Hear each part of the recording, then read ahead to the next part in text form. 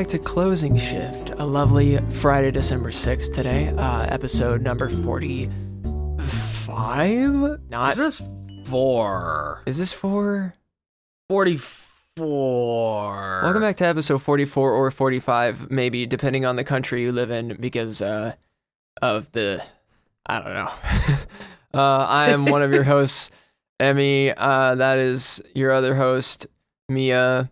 We are Closing Shift, and we just want to say we love you solo, and also be sure to in the comments down below on Spotify and YouTube, and be sure also to go to Spotify and YouTube if you're on Apple Podcasts or a not normal platform to watch the video version of this.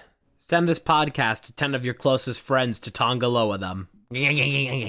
Yes, we have been riffing on the Solos bloodline all day. And we were last night too, but it's just they're so funny. I don't know. It is. It's so fun. It's just so dumb. Like they have such like strong personalities in like the worst ways, but it's so funny. And it's hard for me to tell now, even if it's like supposed to be funny. They're just like a gaggle of weirdos. And so it's like you never want to take them seriously. That's the one thing you never want to do. But you can absolutely admire the commitment to the bit. Yeah, it's crazy. It's like Cody committing to Stardust. I kinda, yeah. But I mean, like, they don't have to paint their faces and look terrible. Thank God Cody got out of that situation. I've got our week's opening question for you.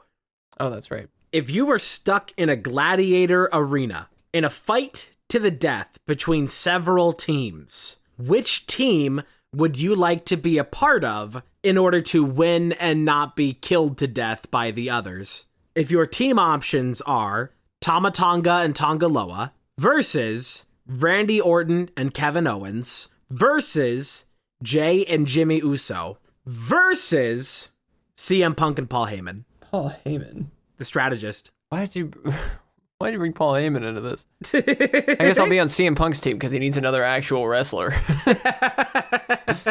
I mean, I'm not that, actually, but if I'm wrestling in this match, then I would be, so... Fine, CM Punk and Shinsuke Nakamura. That's the other team. With also Paul Heyman. That's an interesting combination. I'd probably join the Usos, personally. I think the Usos would be such a fun duo to tag with. That's the thing, this is a fight to the death in gladiatorial combat. Yeah, well, I'm obviously not joining Tama Tonga and Tongaloa. You can have fun, but you're gonna fucking die. Why do I have to die? What if we win? We got fucking Tama Tonga Tongaloa. What was the other? Randy Orton and Kevin Owens. Yeah, I don't want to be on that team either because Kevin Owens is so bitchy. And bitching. Shinsuke and Punk would be good. I feel like Shinsuke and Punk would both go to the death. Yeah, maybe that team, because I feel like they're the ones that would go the hardest. Oh, Punk would absolutely go to the death, given his speech that he gave to Drew McIntyre right before Hell in a Cell. Yeah, he was like, you'll be on your knees and you won't be praying to a god. You'll be praying to me. Yeah, he was like, I won't promise that I'm gonna kill you, because I won't make a promise that I 100% can't keep. So my promise is this. I'm gonna make you bleed, and I promise you're gonna have to kill me. Because I'm ready to die. I'm ready for this to be the end of CM Punk. Yeah. That goes so hard. Was insane. That was so dramatic. And if you're ready for this to be the end of Drew McIntyre, then I'll see you in hell. I'm impressed you remember that much of it. I love that whole speech. It's a good speech. As per usual with the Pipe Bomb Pro. You know what is great about one thing about the Pipe Bomb? How well it fits in a mailbox. He said yes. But also how he said, I'd like to think this company will be better after Vince McMahon is dead, but we didn't have to wait for him to die. It already got better, thankfully. So we're good. That story is kind of crazy because we are now officially, as of this episode, 1 year past CM Punk's return to the WWE, which is insane how much shit he's done in that time, considering he got injured in his first match too. Yeah, he was like gone for like half of the year. Well, he wasn't gone. He just couldn't fight. But he had so many banger segments, like that segment where him and Paul Heyman reunited for the first time. And he was like, take me with you. I'm a Paul Heyman guy. I saw somebody wearing a shirt at the, we're going to talk about Survivor Series later in the episode, but somebody at Survivor Series, I saw a woman wearing a I'm a Paul Heyman guy shirt. I would love to get that shirt. It's good. We need more wrestling merch. We need more Paul Heyman. Need more coffee. Need more Heyman. Need more Heyman. I've been doing the bit from regular show that's like, need more coffee. Need more Margaret. And I got it into Mia's head, and now Mia brings it up more than I do. Yeah.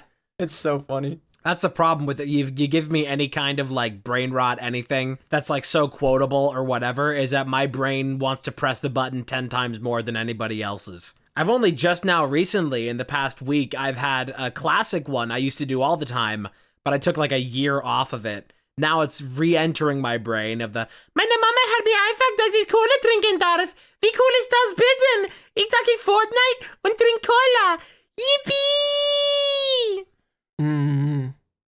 I didn't miss that one, to be honest. Nobody did. So, how's the Twilight Princess training going? Twilight Princess training has actually been going good, because there is now only one singular trick in the entire run that if I can just do it consistently, then I would be able to just actually have good runs and I could start aiming for a PB. And that is Sword and Shield Skip, which is based off of enemy RNG in a very specific position that you have to push the enemy into, and then you have to hit a 4-frame window, and I can get it sometimes, but I can't get it consistently enough that it won't kill runs, and I'll have to like reset for like an hour and a half in order to like get a good run with it. So if I can just get that down, then like I'll actually be on pace to start running the game in like a good way. My current PB on a super old slow route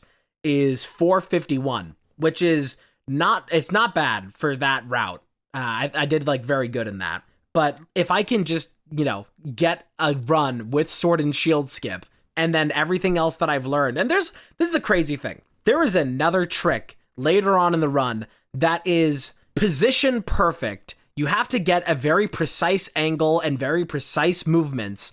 And then after you get the very precise angle, you then have to hit a 3-frame window. And I get that almost every time, but I still can't get Sword and Shield Skip. If I can get that, then I will probably be able to cut down to at least a 4-hour run. I want to start getting good PBs. Yeah, who doesn't need a good PB? I've had some fun with Twilight Princess in trying to now upload VODs to my VOD channel because my hard drive is so completely full. Discovering that Twilight Princess has a copyright troll issue, like a lot of other things have on YouTube, where video game music is copyright claimed by an illegitimate group who doesn't actually own the music, but YouTube doesn't do their homework ever for checking the rights holders for anything. So just some random copyright trolls are collecting money off of people playing Twilight Princess. And one of the things, Kakariko Village got claimed by them. And I was like, man, that sucks. And then I uploaded even more VODs, and the track Midna's Lament also got claimed. But the name of the track had a bit of an abnormality, because it isn't just Midna's Lament, it's Midna's Lament from The Legend of Zelda Twilight Princess. They didn't even spell the game correctly, and they still get to copyright squat on it. It's a shame. It really is. There's no checks in place for any of this system. They didn't even spell Legend of Zelda correctly. It's Legend. There's no check. There's no balance. There's nothing. And these people, this is like the same group that also claimed, exact same group that claimed a lot of my Morrowind shit too.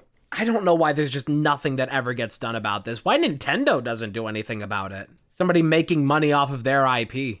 I mean, they took down AM2R. I feel like this is like not out of their wheelhouse. I have no idea. YouTube's probably busy ruining other people's lives. Yeah. Mostly that of people who use emulators. Yeah, I'm very concerned about how that Wii U case is gonna go. I've been trying to find a physical copy of Twilight Princess so I can run the game on official hardware and actually be able to submit runs. But games collecting is in such a horrible place that you can't get a physical copy of Twilight Princess for less than $100, even if it's a used copy. So that's off the table for quite a long time, that I can actually submit a speed run of the game. Cooked. They should have just ported the HD versions of those of Zelda games from Wii U to Switch. That's the thing is that, yeah, I mean, I really don't know why there isn't a port of that from Wii U. But even then, the version that I run is GameCube version, because it is just, it's, in my opinion, the best version to run. It has a lot of the most fun stuff in it, and it just makes the most sense for a lot of it, because for the Wii version, the entire game is mirrored, and there's different setups for stuff. There's, like, changes to a lot of stuff. So I prefer the GameCube version. Mm-hmm. But I own a Wii copy of it physically, but I'm not going to run a Wii copy of it. Fuck that shit. Yeah, fair enough. I wouldn't either. I also think that Twilight Princess is just best on GameCube in general. I mean, the Wii is basically the same power as the GameCube, so you're not getting anything new graphically out of it. The only thing new that you really get out of playing it on Wii is just motion controls, which makes it like... Which is awesome. Yeah, and there's a lot of frame-perfect shit in that speed run, and I'm not trying to do frame-perfect inputs with motion controls. You're out of your goddamn mind. And I'm in mine. I'm right in there. Cram it in there. How have your gaming ventures been recently? Well, I wish I had the Sword and Shield skip down now, because I have been playing Pokemon Sword, and holy God almighty, is it a nightmare to sit through sometimes. It is. You can skip that whole game. I could tolerate the entire game up until I got to the championship fight, and then they were like, wait, no, the legendary Pokemon are acting up, so we gotta go check them out. And it's like, what? Like, it basically baits you at the end of the game, and it's just like, in a masterful way, and it's so annoying. Masterful gambit, sir. It's just like, dude, I thought I was done. You'll never be free. Oh, I fucking will. There will be some time this weekend that I'm gonna finish this fucking game one way or the other. I don't even particularly have another game I'm majorly trying to move on to. Just trying to move out of this game. Would you rather be stuck on a desert island with Tongaloa or Hop? That is the worst question I've ever been asked.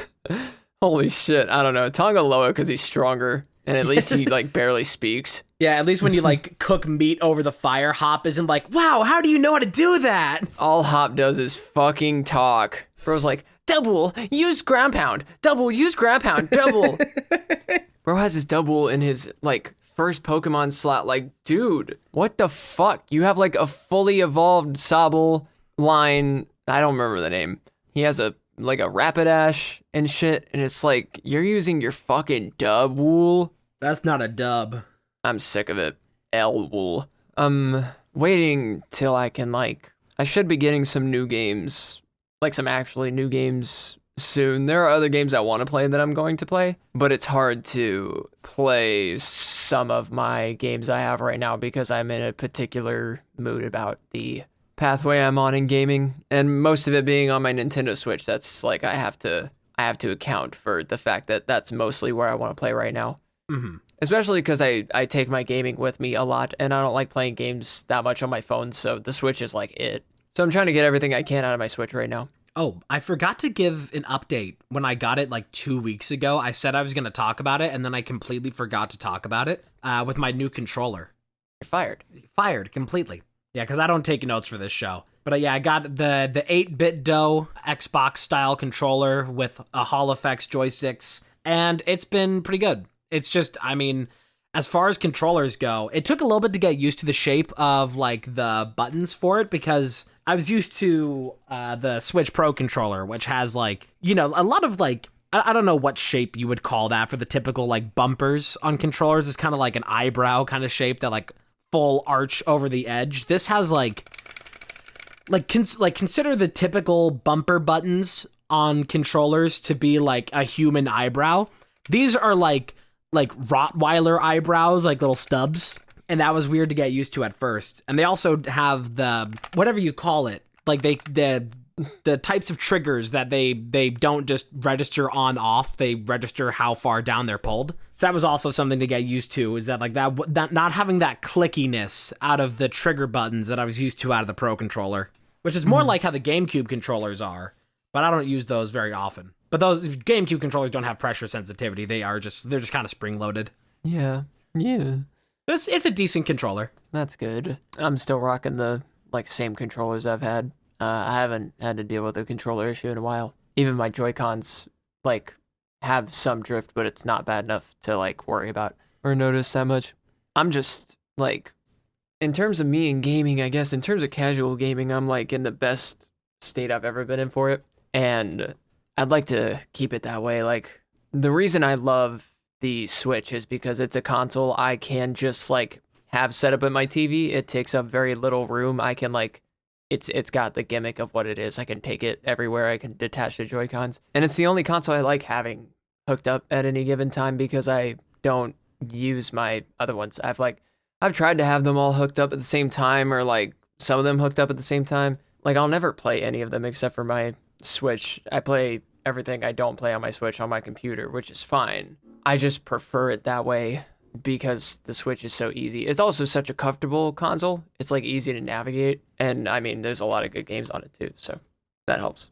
I don't want to run out of Switch stamina. That's why in my deepest pit of my gut, I'm afraid of them changing the entire style of what the main Nintendo console will be when they announce the next one, even though I'm really hoping it's just a like sequel to the Switch. We at least got the news from Nintendo that the Switch successor is going to be backwards compatible, which does imply that all the like gimmick features of the Switch are still going to be inherent to the That's new good. system, such as like even having like probably the IR in the bottoms of the Joy-Cons for stuff Right. like WarioWare, which a lot of people don't know about that like that little like black square at the bottom of your Joy-Con. There's a little infrared camera inside of that. Yep. Pointing at your dick all the time. I do know about that. Well, that is good. That is comforting to know. That'll probably be one of the first consoles I'll ever buy, like, immediately as it comes out, because I'm definitely going to. I'm just too big of a Nintendo fan. It just came back to mind that I think I had a dream last night or 2 nights ago. It just is so faintly a memory now. I had a dream that the entire crux of the dream was that Nintendo was releasing a mid-gen console, and I was like, that's so fucking stupid. Yeah, that's my worst nightmare. Like, I think they, like, killed it with the Wii, had the motion controls and stuff set up the way they liked. Excuse me, god damn, my throat is so, like, dry and weird today. I'm sorry for my voice, but like with the Wii, I feel like they like nailed the motion control thing, at least for the time being, because it was the mid-2000s. And then with the Wii U, they were like, okay, with the gamepad, we're like getting to kind of what we want to do. And then they like made the perfect like thing out of those two with the Switch. Yes. And I feel like there is literally zero reason to ever change the formula because it works so well, especially for the kinds of games they like making, clearly. Like, there's so many different ways to play. Like, why make another portable only? I mean, they have the Switch Lite. They have a portable only version that's smaller, which is awesome. I love that too. I saw somebody mod a Switch Lite recently. All they did is that they just added an HDMI port to the Switch Lite, and it just worked like a normal Switch. It was like the cheapest mod ever, and they were like, well, fixed it. And there you go.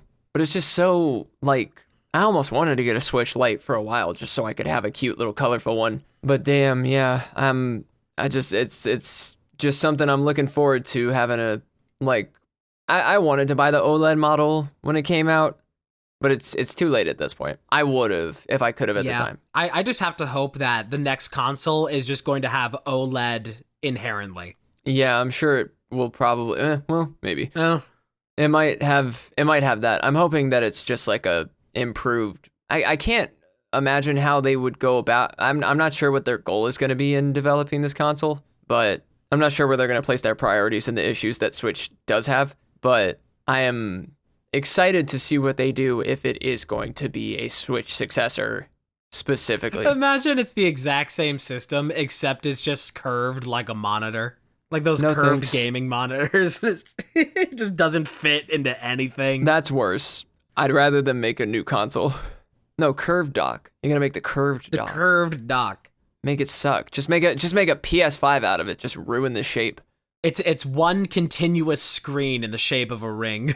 like the Jumbotron. Every single Switch 2 comes with a curved monitor to play your curved Nintendo games. It is just the one thing that I will never know peace until they announce it, of whatever the new gimmick is going to be for the new system. Yeah, I also will not know peace until I've seen the new system and heard what it's going to be like. I mean, we've seen so far, the best that we've seen of its performance is that the gameplay little teaser for Metroid Prime 4 where it looked really good. You could see that it was like definitely way better than Switch graphics right now. It looks like it's going to be decently graphically competent as a system. I doubt it's going to be into the level of like, it'll play Elden Ring. Like, that's not going to happen. Never say never. Yeah, it might just... I mean, I feel like the Steam Deck now maybe is like forcing Nintendo's hand a bit more to focus more on performance, if that is a thing. That's true. Because the Steam Deck can play Elden Ring. And so it's like, if you can't have anywhere close to that power, then it's like, unless the physical gimmick of it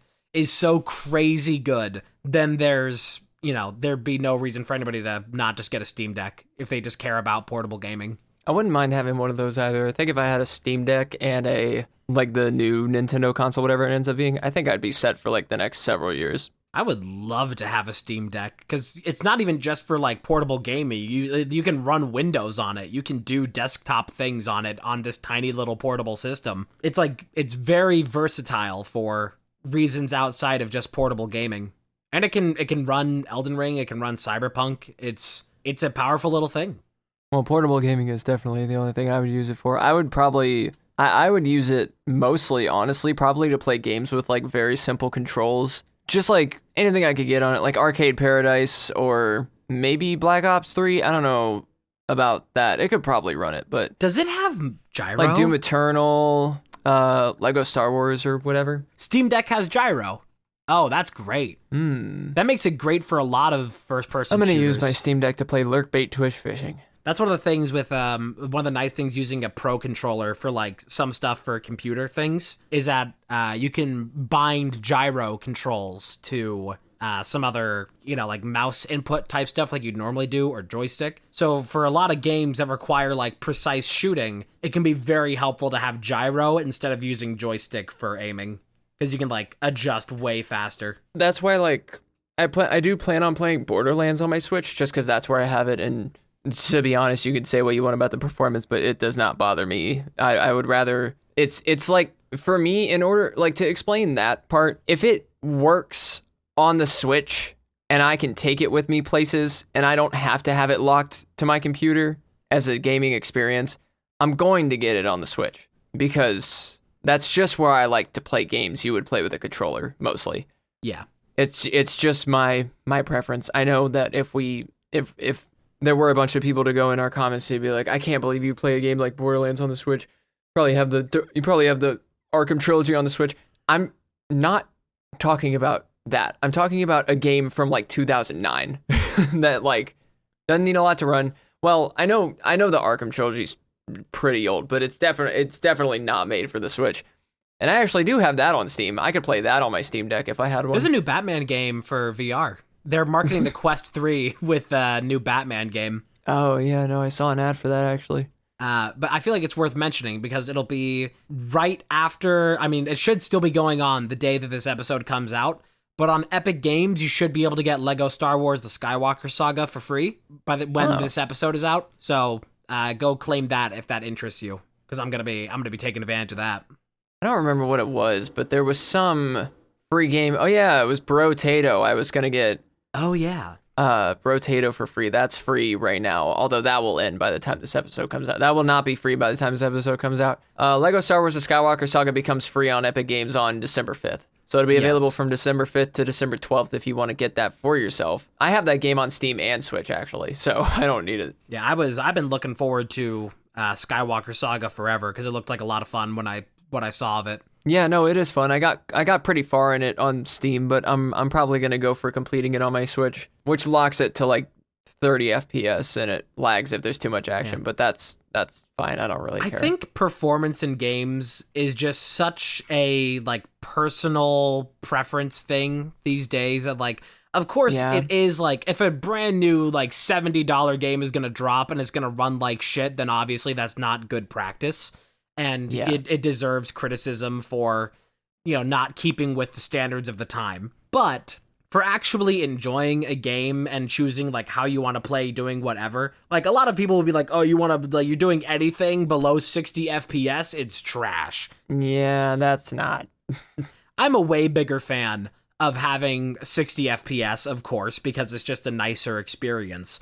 But I mean, I played Tears of the Kingdom, and that's stuck at 30, and you just get used to it, and it looks fine at 30. You get used to it, yeah, exactly. Played Majora's Mask recently. That game is locked to 20 FPS at maximum. And after you play it for a couple hours, you're like, oh, that's what 60 looks like. And you feel like you're going in a race car.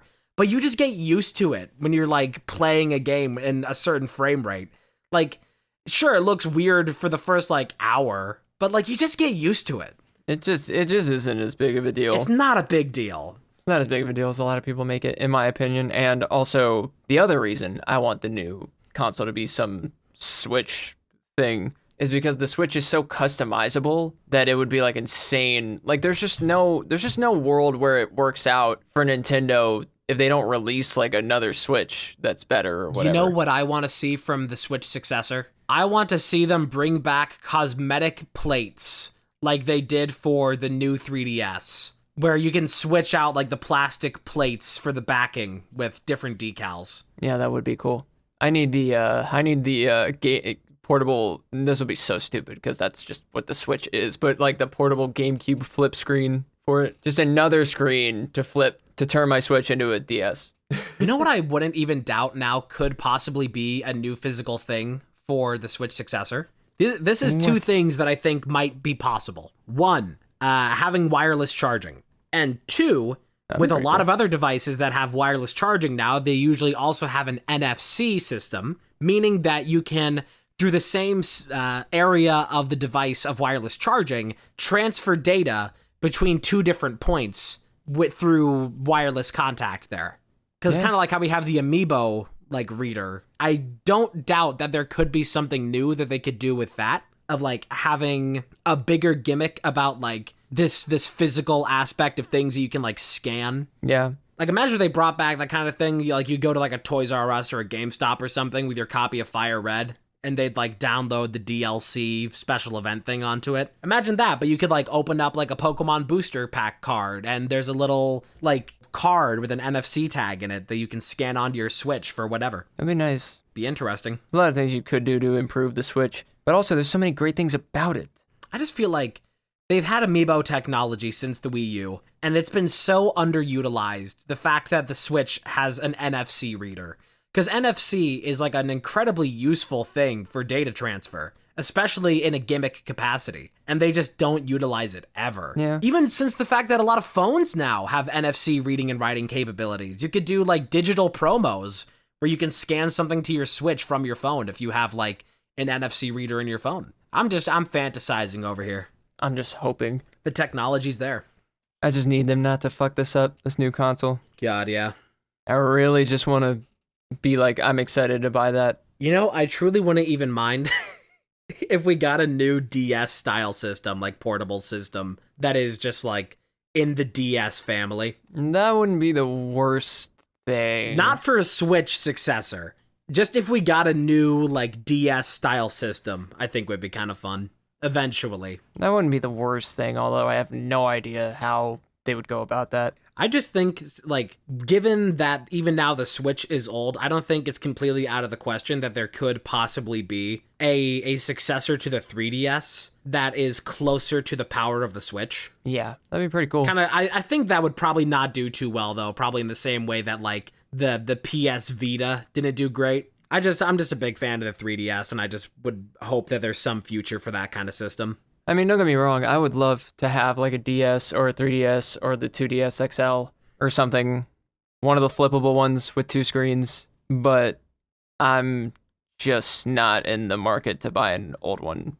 It would depend also if I was in the market to buy a new one, depending on when it came out and what it was. We'll have to see what they do and then talk about it. Did you see that now Xbox, they said that they're moving away from the physical market, and instead they're focusing now on software and making it more like the new sort of tagline of it is that like any device can be an Xbox.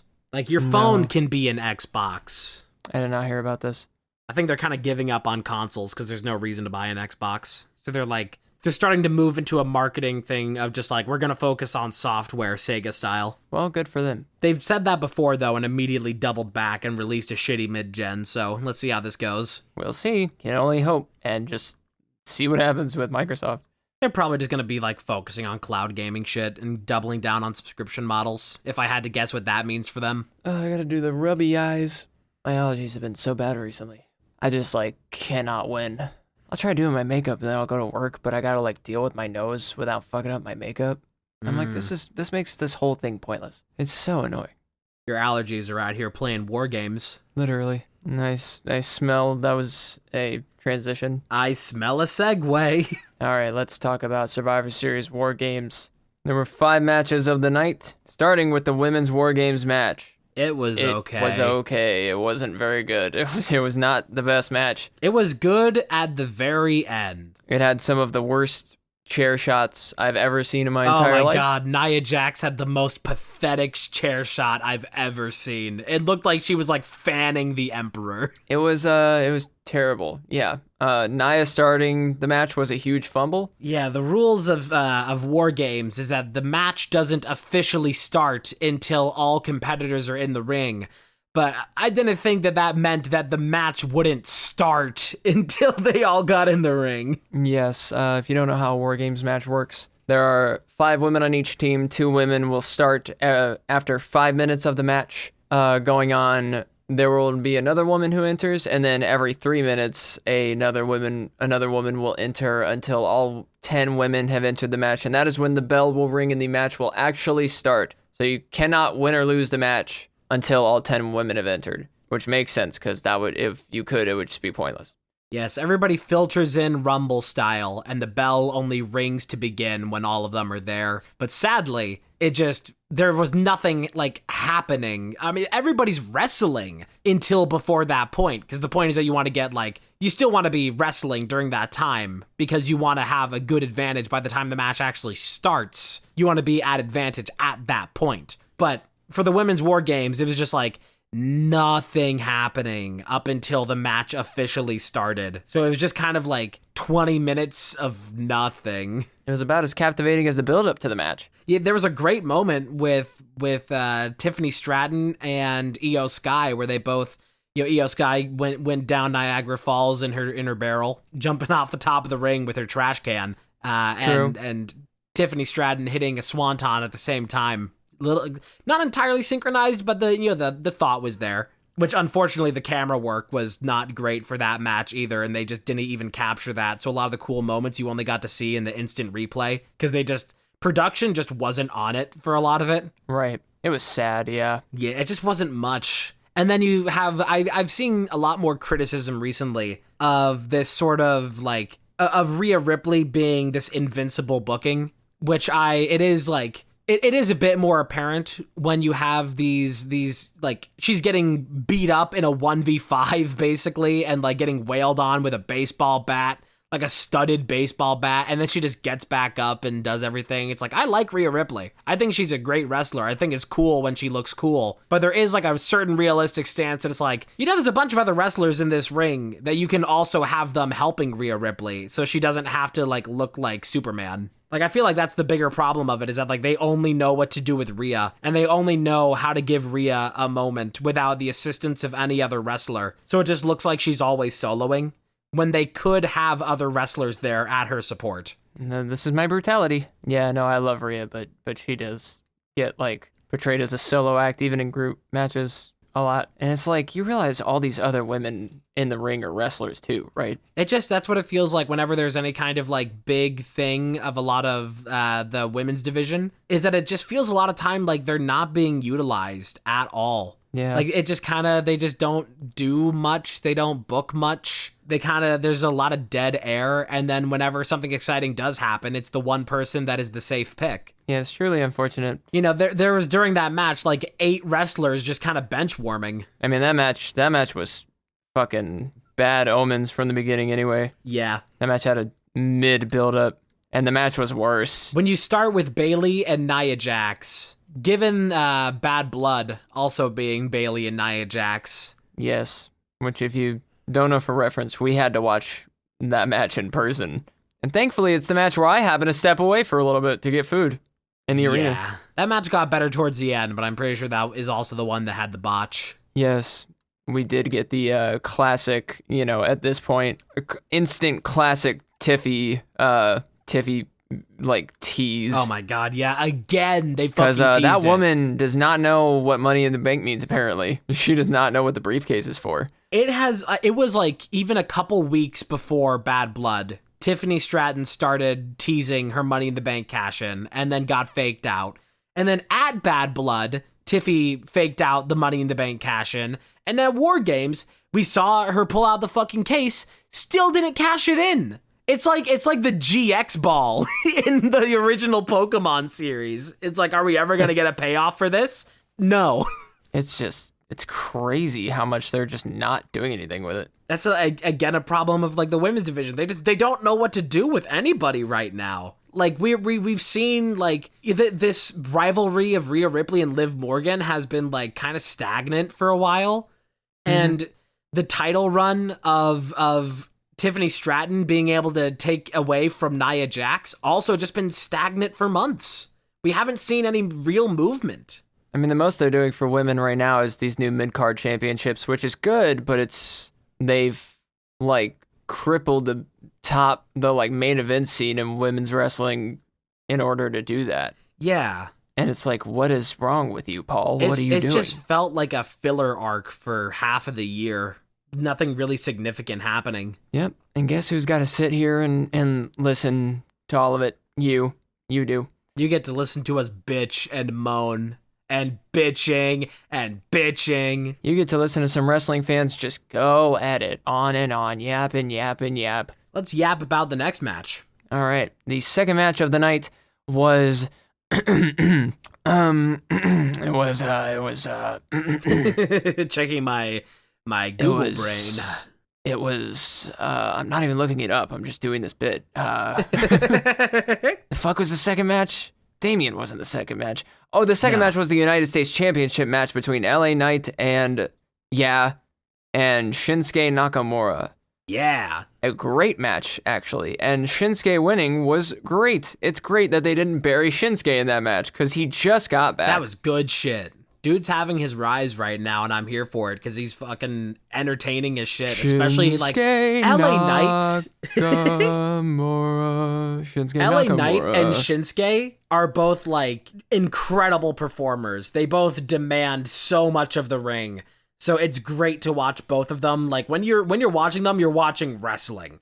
Like, you're seeing some, like, that's instant classic shit. Yeah, no, it's amazing. Shinsuke also looking scary as shit. Yeah, well, I don't even know if you saw it, but on SmackDown, he misted LA Knight, which means he sprayed black liquid from his mouth into LA Knight's face, into his eyes, which is about as terrible as it sounds. How can I drive the Slim Jim car now? Slim Mobile. It is funny when they do this, like, very epic entrance for Shinsuke. He comes out dressed as a samurai, and he, like, kneels in the ring, and there's this blood moon and this, like, epic music, and then in the background, Slim Jim. Yeah, true. There was that funny moment during the show, just like a side note. I don't remember. I think it was during the men's Wargame match, but the crowd was silent, and then you heard, Tama Tonga sucks from the crowd. So loud and clear. Like, if you watch the men's Wargame match, you cannot miss it. Your ears will pick it up by force. It's so funny. Someone just screamed that. That was straight into the mic. It was so fucking funny. Tama Tonga sucks! But anyway, moving on. That was a good match. 10 out of 10. Love LA, love Shinsuke. The next match of the night was I believe the next match was Braun Breaker versus Sheamus versus Ludwig Kaiser for the Intercontinental Championship. Another fantastic match, in my opinion. Yes, probably the best title-related match of the night. It was fantastic. Braun Breaker is insane. I don't know how he does what he does. He had, like, I mean, imagine, like, a fucking, like, lion leaping out of the grass at 20 miles per hour through the air at a gazelle. No, he's like a cheetah with the power of a lion. Like, so, you know, like, a lot of wrestlers, they can get, like, a lot of speed when they jump off of, like, the side of the ring towards wherever, because they're getting a bit of a boosted start so they can just focus on forward momentum. Somehow, from ground level, Braun Breaker hit this flying shoulder like at like straight up like 20 miles per hour. He just fucking flew through the air, hit like a 5-foot vertical. It was crazy. Bro's got torque. He was like, there was a couple different moments in that match where he was just a missile. Yeah, there was one particular scene where even the commentators were like, where the fuck did Braun just come from? Because he flew, like, you never saw his feet touching the ground. He flew into the camera frame at them, and that's all he did. It was a solid, like, 12 feet that he just leapt through. No, he's like, I don't know. He's like Goldberg if Goldberg were better at wrestling and relevant. And not old as shit. Goldberg. That was a fun moment we got at Bad Blood where Goldberg jumped the barricade and almost went into a ring and fought Gunther. I was saying earlier this year, when we were first starting to see a bit more Braun Breaker, I was like, I would love to see more of this guy. And that is an investment that I am incredibly happy for. He was like doing so good. Braun Breaker is it. Guess where Braun Breaker's from? Atlanta, bitch. I mean, he hit the fucking, like, I think it was like a moonsault or something. Or was it, what was it? The thing off the top rope? Yeah, it was like one of the earlier things that it was like just a frame fucking perfect, insane move that I was like, this guy is like at the fucking peak of wrestling physique. Like this is an S tier fighter. Bro is him, if anybody is him. But there was like, in that match also, not even just Braun Breaker looking cool as shit, just hitting some crazy moves like that. You had some really great moments with like Ludwig Kaiser trying to set up a chair in the corner, and then he turns around and Sheamus and Braun are both just staring at him, and then they start beating his ass, and he's like, whoa. Yeah, no, he like flies towards the chair, and he's like, whoa, whoa, whoa, whoa, whoa, whoa. Who put that there? Yeah, like, who put that? Literally, like, he turned around like he was so surprised the chair was there. It was so good. And there was also, I think it was after Braun, like, he beat the shit out of Sheamus, and Ludwig was on the ground, starting to crawl away backwards, and Braun was just chasing after him. Like, begging the fucking killer for his life, like a horror movie, just backing away into the crowd. That was a great match. That was a great match. That was arguably... And don't forget... Sheamus popping up, slowly rising up from the crowd behind Ludwig. Oh, yeah. Ludwig was like, ha, ha, ha, chilling in front of the crowd, and Sheamus rose up behind him like a villain. Oh, my God. So funny. So many great moments in that match. Yeah, that match was probably the best match of the night in general, I'd say. The men's war game match was good, but that match was just an instant classic. They also, in that match, teased Sheamus winning, which was really sad. I would have been happy if Sheamus won. I'm happy that Braun won, but I would have been happy if Sheamus won too, because Sheamus hasn't won the Intercontinental Championship. I'm sure they're going to get there, honestly, but we'll see. Sheamus is just Mr. Banger after banger. He is. I mean, that was just, again, just like a bunch of like incredible wrestlers just all working within their comfort zone, all of them just like in their element. Perfect. And now we can move on to the next match, which was Damian Priest versus Gunther. The Ring General! For the World Heavyweight Championship. Now, I'm not going to lie to you guys. This match was kind of mid, because Damian hurt his shoulder at the beginning of the match, and then he couldn't do anything.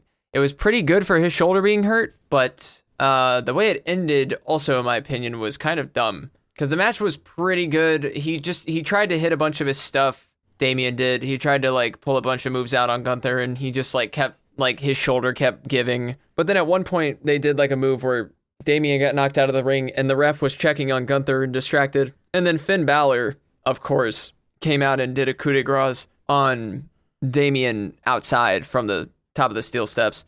And most people seem to agree with me that they need to just retire the Finn versus Damian thing. They got to do something. It's getting old. It's been like almost half a year that we've had like the Judgment Day kind of thing going on, and that's another thing that it feels like we can start to like move along some of these storylines. It's it's just like, just you don't need to do it anymore. It's fine. And spoilers for the match, Gunther ended up winning, of course, with his classic sleeper hold. But I was really hoping that we would see Damian win that match, because I wanted to see Damian in a good position to take on the Judgment Day so they could finally squash that. But this, with him losing that, makes me think that we might have to wait even longer for him to be in a sort of victory run to take on Judgment Day and wrap up some more of that story. I mean, yeah. I mean, like I'm ready. I'm ready for it to be done. They could quite frankly just like uninstall that rivalry from their device. I'm really it's just like they had the match at Bad Blood, Damian. Like I get it, but at the same time it's like it's old. The internet and WWE move so fast. It's like they got to do something with Damian before he just hits a low. Yeah. Because he was at like the height of his popularity. Like if he had won that match, it would have been cool because it would have been Terror like Twins was popping off like crazy a few months ago. Yeah, Terror Twins was like the hottest shit in WWE for a little while there. But anyway, so that match was like a mid out of 10. Let me say this about Gunter, is I think he's a good wrestler. I don't have anything against the guy, but there is a pattern emerging in Gunter's fights, and it's what we've seen. We saw it with Randy versus Gunter. We've seen it even with Cody versus Gunter, and now we've seen it with Damian versus Gunter, where every single time somebody gets into the ring with him, it always starts with some level of immediate excitement, and then the energy drops immediately because somebody will like have some sort of injury that they get early on, or somebody will just immediately be like worn out by a hold, and then the rest of the match just takes like 5 steps back in its pacing. Like every time that there is a match with Gunter, it always starts exciting and then immediately just slows down. It's just a problem with like his booking for quite a while. That's like you don't get to see a lot of the exciting wrestling and like variety that you want to see. You see like some of the usual stuff, but then you're just kind of watching holds for the next 10 minutes. In my opinion, that was one of the better Gunther PLE matches. Yes, yesterday. Absolutely. It was pretty good. It wasn't super sleeper like some of the other ones have been, especially the one against Randy. But oh my god, yeah.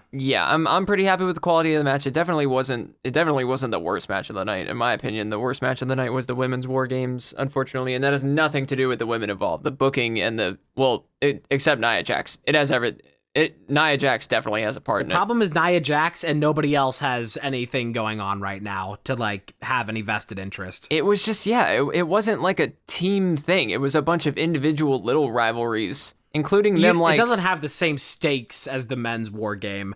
Especially with like Nia Jax holding the women's title for this long is just a sign of the times. Yeah, I think like they do a pretty good job all around. Like WWE is pretty well-rounded right now, but you also have to like try to keep the momentum up. You like outside of Rhea Ripley, the women's division has just been like suffering for the past year. Yeah, it's been poopy poo, but man, it's just like just do something. I mean, that's what's good about these mid-card championships coming to women, because I mean, like, you know, a million years ago they could have done this if Vince wasn't in charge and completely sexist. But now that they're doing it, God, they need not miss with this opportunity, or I will like end my own life. I cannot stand the women's division being so boring now, especially because there are so many talented women. Triple H built that division up so fucking hard. Obviously, the women are the one that built it up, but Triple H like putting women in the spotlight like that and giving them like a real division with like real valid respect and stuff, like it's so good. And it is so good. Like, Paul, you're like fumbling the bag, buddy. Like, you gotta do something with them. You gotta try. Let's get into men's war games. Yes, finally, the moment you've all been waiting for. The undisputed match of the night. The men's War Games match started with Jey Uso and Tama Tonga, who is actually a very scary individual to look at. He was crawling around the cage before the match started, going like a fucking like I don't know, like a wild animal trapped inside a cage. Like I don't know, whatever the opposite of like logic and reasoning is, that's what Tama Tonga has. Bro is just like a fiend out of hell. So yeah, the match started with and going into this match, we of course had the tension between CM Punk and Roman Reigns being on the same team because Paul Heyman called an audible. And sorry, I totally blacked out on my train of thought for a second. Like the camera did after CM Punk pushed Bronson Reed's face. Right. Yeah, CM Punk was the third person to come out. They only had 4 people come out because they actually, since Jey Uso was starting the match, they did his regular entrance from the crowd. Yeah, they let him go straight to the ring. Which was interesting, but I mean, like, it was cool that they did that. Like, obviously, Jey Uso has such a fun entrance, you almost never want to miss it. It's honestly sad that that's one of the entrances we didn't get to see and be a part of. Yeah, there was briefly, I mean, in the audience of Bad Blood, Jay, in between matches, got a little yeet going just from his seat. But yeah, we didn't get an official Jay thing. You got Rhea hitting a yeet. Rhea hit a yeet in the ring. Oh my god, it's another storyline that we just haven't seen anything of in like half a year. What? Jay and Rhea. Jaya? Yeah. No, it's so sad. It's I was scrolling through my camera roll to find that Tama Tonga meme earlier, and I saw a picture of when Jey Uso rescued Damian and Rhea on Raw, and I was like, damn, like, man, it sucks how little they've done with that. Because the internet was freaking out over Jey Uso x Rhea Ripley. Yeah. It was just like a cool thing. And she was too. She was being like, yeet. They went to the Waffle House. Probably ain't never been to Waffle House. Yeet. Yeet. I love, one of my favorite Jey Uso lines recently was on SmackDown when he came to SmackDown for the first time to talk to Solo and his bloodline. He was like, why'd you have to go and get Jacob, man? There's a reason we don't see him. And if he keeps looking at me like that, I'm going to whoop that ass. Yeah. It was so funny. I'm going to knock his ass out. Like, there's just so much, I don't know why, but the bloodline is so funny. Like, everything about both bloodlines is so funny. I mean, you just have the good vibes of the Usos, everybody just being so, like, on guard and being very fun, very serious all the time, and just having that good chemistry. New bloodline is like, it's like just the League of Villainy, whatever that's from. Yeah, no, it's so fun. It's like, they're like on par with like villains in like DreamWorks movies. They're like so stupid. Yeah. Like Solo's basically a glorified Samoan Farquaad.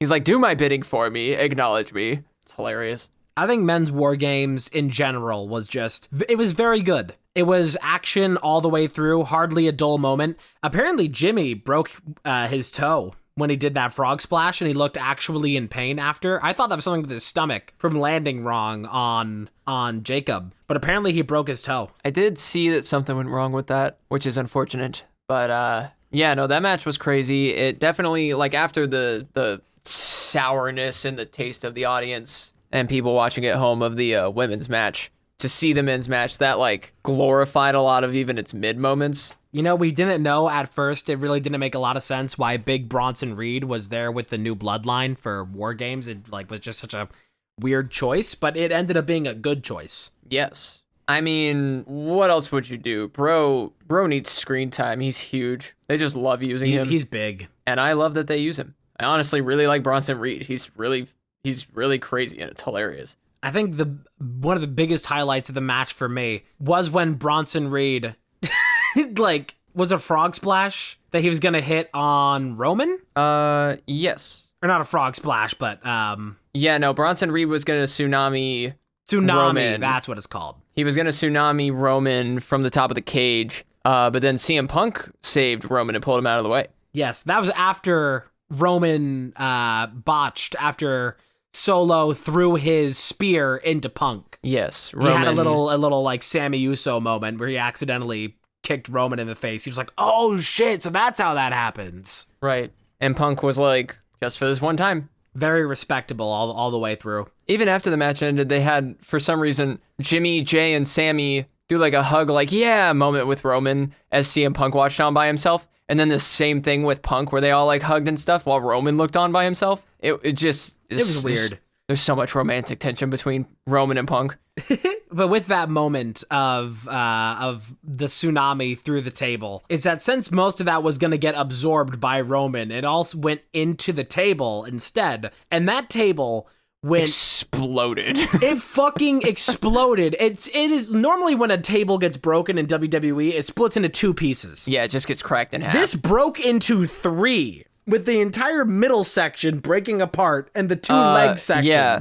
3, aka 3 big pieces and a million shards of wood everywhere. The metal support bar from underneath the table shot out like a string of spaghetti, and there was fucking sawdust in the middle of the ring from where it exploded. I encourage all of you to go watch that clip on YouTube. It was the most insane fucking clip that WWE's had in a while. And shout out Solo while on the ground cleaning up some of the table. Solo. He got it out of the way for a different move that Roman was about to hit that he could have gotten himself hurt on. Oh, Shout that's outs. true. Yeah, Roman or Solo practiced good co-wrestler etiquette, which is actually really cool to see because It's cool to see. it's cool when you see that kind of thing. Like it's like I don't want to talk about Logan Paul more than this sentence, but when Rey Mysterio like botched a move at Crown Jewel and Logan Paul caught him and saved him from hurting himself. It's kind of like that. It's a huge deal to like take care of your fellow wrestlers in the ring. Yeah. It's way more important that everybody is safe than like, oh no, kayfabe, I have to be on the ground. They're going to get hurt by that, but I can't do anything. Right. That's why like you'll see a lot of wrestlers when they're lying next to each other on the ground, they'll like grab each other's hand. One wrestler will grab the other's hands and like be like, squeeze my hand if you're okay. Yeah. Kind of thing. So it's like kind of subtle, but they're checking on them. A great moment of wrestlers on the ground is that while Jimmy and Sammy were up, they did their classic handshake. The wrestlers on the floor. And you could see in the background, in the corner of the ring, even though it was just Jimmy and Sammy doing the handshake, Jay was back in the corner miming it from the floor, his part of the handshake. Yeah. Just like, I'm a part of this too. A lot of fun little things happened there. Yeah, no, that was really funny. But yeah, good match. Tama Tonga and Tonga Lower just fucking crazy.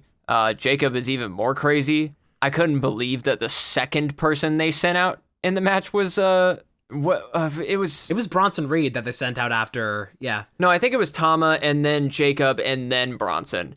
And I was shocked that they just kept sending out their biggest guys. It makes sense.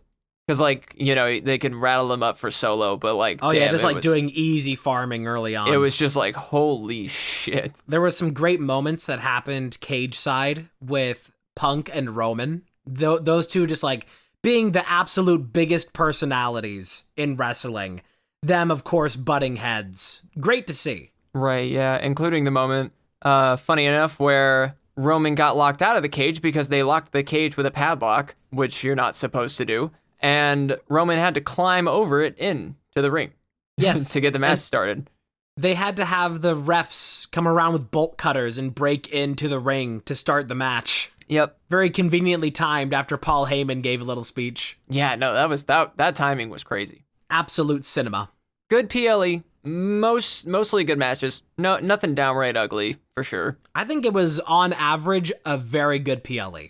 Yes. It was I'll give it top 10 of the year. I'll give it that was an 8.5. Yeah, that's fair. But yeah, I'm hoping that this Bloodline saga continues in a interesting way. That's not too dragged out. Besides that, that's Survivor Series Wargames for you.